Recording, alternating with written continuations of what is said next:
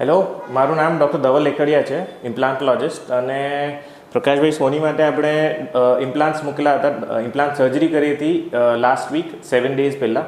અને આપણે એમની જે એક્સપિરિયન્સ રહ્યો છે એ આપણે ખાલી જાણીએ. સર્જરી કરી હતી વિધાઉટ પ્લેસિંગ સૂચર, એટલે સ્ટિચીસને કટ મૂક્યા વગર કમ્પ્યુટર ગાઈડેડ સર્જરી હતી. સો કેટલું કમ્ફર્ટ રહી એ સર્જરીમાં એ આપણે અંકલ પાસે જાણશું. Yes uncle. મને છે ને દાંતમાં બહુ દુખાવો હતો, પણ કંઈ બી કાપ મૂક્યા વગર ને એકદમ પેનલેસ સર્જરી થઈ મારી ને એકદમ કમ્ફર્ટેબલ લાગે છે મને અત્યારે તો. એકદમ સારું છે. સર્જરી પછી તમને દુખાવો કેવો હતો? સર્જરી થઈ એના કેટલા દિવસ દુખાવો રહ્યો અને કેટલી? એક જ દિવસ, લગભગ એક જ દિવસ, બી 4-5 કલાક સુધી રહ્યો. 4-5 કલાક સુધી રહ્યો. અને પછી નેક્સ્ટ ડે તમે પેઇન કિલર્સ ને બધું લેવાની જરૂર નહીં પડી. નથી પડી, રાઈટ? એટલે એ બહુ કમ્ફર્ટેબલ હોય છે. એટલે